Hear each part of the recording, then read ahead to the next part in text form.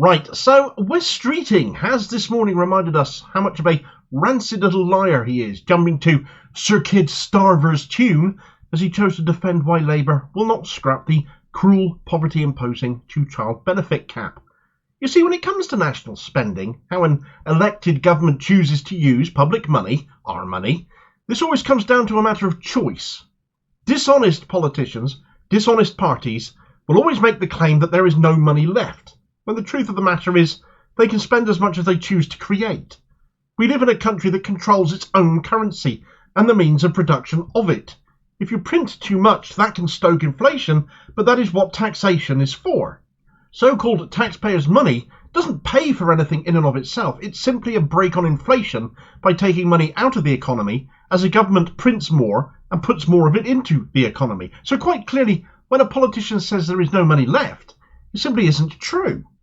When a politician says another party will bankrupt the country, it simply isn't true. And when Wes Streeting says combating child poverty by scrapping this cruel Tory benefit cap that even Suella Braverman of all people says now needs to go, that is a political choice and a decision Labour are choosing to make. So what makes them any better than the Tories then, who introduced the blasted thing? Archbishop of Canterbury has called on all parties to drop the two-child limit on tax credits. I don't want to ask you about the policy, but speaking as a practicing Anglican, is this really his business? Shouldn't he be focusing on getting people into church this morning rather than writing welfare policy? No, I actually really welcome the Archbishop of Canterbury's intervention. You're never going to find, if there's a Labour government, politicians being sent out to attack the Archbishop of Canterbury for virtue signalling, as Conservative MPs have done. It's literally his job. He's the one person in the country whose job it is to signal virtue. And if the mission of the church is not to alleviate poverty and suffering, then I don't know what is. If you read the Bible, if you believe in the Bible, that central driving mission of Christianity, I think, is a rage against injustice. And that's what the Archbishop of Canterbury is doing. I take him really seriously. And if we are fortunate enough to be in government after the next general election, we will have a serious cross-government strategy for not just reducing child poverty, but ending child poverty, because that's the driving mission of Labour too. So he's going to get a yes back from you. The cap has gone now, if Labour is in government. Well, look, one of the consequences of the Conservatives' disastrous handling of the economy is the public finances are in the mess and there are harder choices to make. So unless and until I can sit on your programme and say we will do X by funding it through Y, that's not a commitment I'm able to make today. Right, so that was Wes Streeting, Keir Starmer's health minion, of course, being rolled out on the Sunday morning media rounds, talking there to Trevor Phillips on Sky. And first off, if you're the sort of person who decides to bring up child poverty by invoking the Archbishop of Canterbury, Justin Welby, inferring him calling for all political parties to scrap this awful benefit cap is none of his business, and he should be more concerned with getting people into church on a Sunday morning, well, you clearly don't really have any intentions of seriously broaching this subject, which is hugely important to a great many people. What an appalling excuse for a human being, therefore, Trevor Phillips is.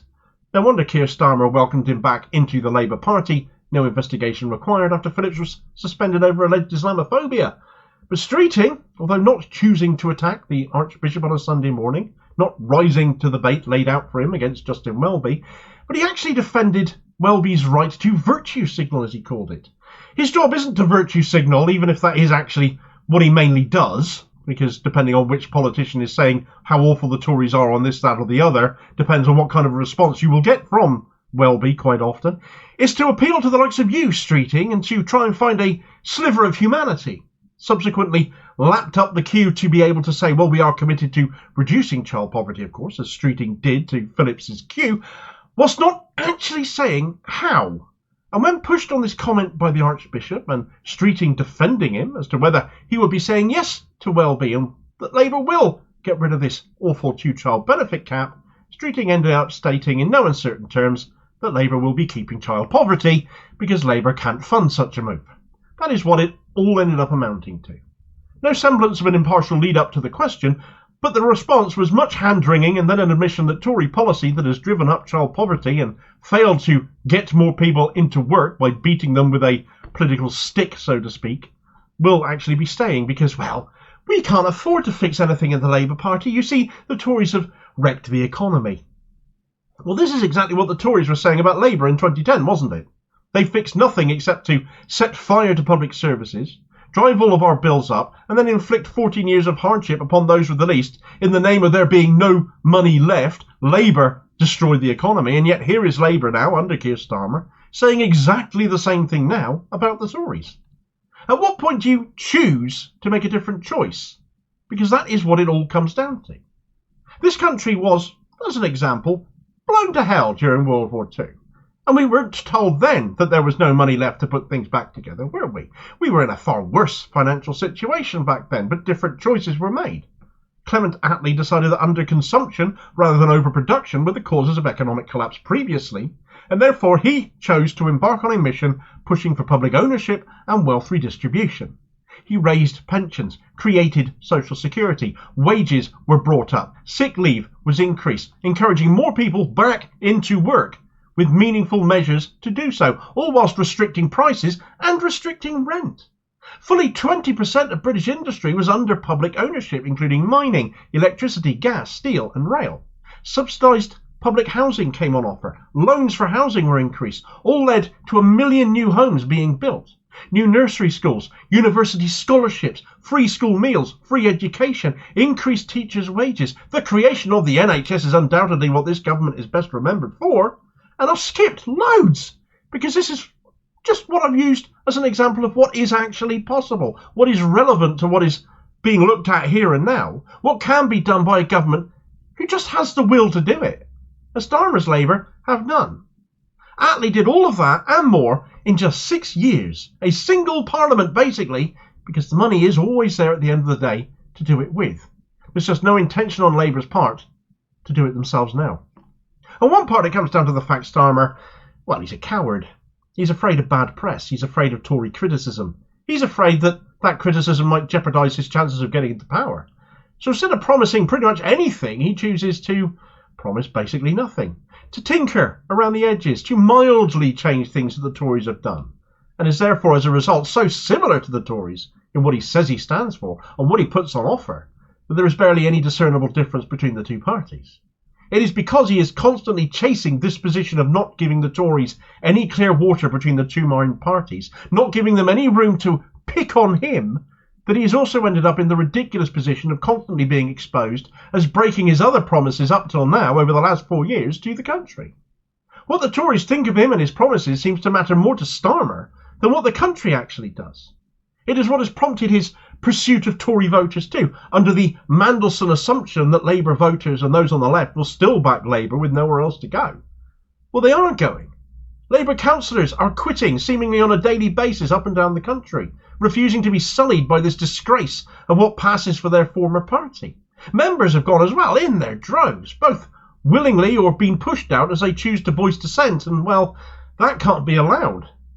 But allowing kids to remain in poverty, as much as the national focus appears to be much more on the likes of Israel and Gaza in the media at the moment, and the disgust with the Labour Party that is focused on that, to my mind nothing underlines actually just how nasty a party Labour is under Starmer than how it chooses to treat those who don't have a vote, those too young to have a say, because the two-child benefit cap has always been an assault on children. And to say you have no money left to deal with that, to scrap it, especially when Labour did originally say they would, well, it seems Starmer and co calculated they didn't even bother because they aren't likely to lose many Tory votes over this. And it's fully earned Starmer that nickname of his, Sir Kid Starver. To be honest, I think there is an element of doubt in how safe those poll numbers have been making them feel. The local election results show that actually Starmer isn't capturing all those Tory votes and he is losing support from the left to other parties or to the multitude of independent candidates springing up around the country. But clearly not enough that they are prepared to leave 250,000 kids in poverty rather than lifting this cap and dragging them out of it. Coming from Wes Streeting, however, this somehow comes across as even worse. This is a guy who grew up in poverty. He grew up in a single-parent household on a council estate. He has spoken of his childhood many times. But this week he was interviewed all about this by The Independent, who gave him a chance to plug his autobiography. God knows who'd want to buy it. It's called One Boy, Two Bills and a Fry-Up, literally describing the poverty he grew up in, yet now he is a politician, a shadow minister in a party set to inflict more of that on hundreds of thousands of kids. Nobody exemplifies doing well and pulling the ladder up behind them quite like Wes Streeting does. I would feel sick to my core to be inflicting the upbringing I had if I'd had it so tough that on others in here, and now I certainly don't claim to have had it as tough as Streeting did growing up, despite having grown up through Thatcher's far too long rule as well. But in no way, shape or form would I knowingly accept doing what he is choosing to do as part of the Labour Party to others, and then going on TV and actually defending it. And he chooses to write a book and plug it while he does it. Ultimately, all of this boils down to more of Rachel Reeves's nonsense self-imposed fiscal rules, though. To sound sensible on the economy, when all it really means is that nothing is going to change because she is choosing not to change anything from what the Tories did. This is totally affordable if Reeves would tax the rich and allow the freedom to herself to spend more. It's a choice not to. And just look at Rishi Sunak as an example right now. He has just increased his wealth, it's just been announced, by £121 million, yet has paid just £500,000 in tax in the last year. So, come on, surely it is obvious to tax the rich more. There is so much wealth there to be taxed, but she just will not do it. Because she is a red Tory. As much as she hates being called it, it's what she is. She is a red Tory. And a red Tory who takes advice from George Osborne and belongs, just like her economic plans, in the toilet where she quite likes to pose. She would rather see kids in poverty than tax people like Rishi Sunak more. Streeting, though, is an absolute disgrace. He betrays his own background and does so to climb that slippery pole of ambition he's got. He is therefore amongst the very worst of MPs and very much needs deposing from his seat. There just so happens to be a very good chance of that happening, thanks to a very special young lady who plans to do just that. She's called Leanne Mohammed, a British Palestinian. If you haven't heard of her, you really need to. She's challenging Streeting for his seat, and you can find out all about what makes her such a serious threat to Streeting's future ambitions in this video recommendation here, and perhaps get on board with her campaign. I'll hopefully catch you on the next vid. Cheers, folks.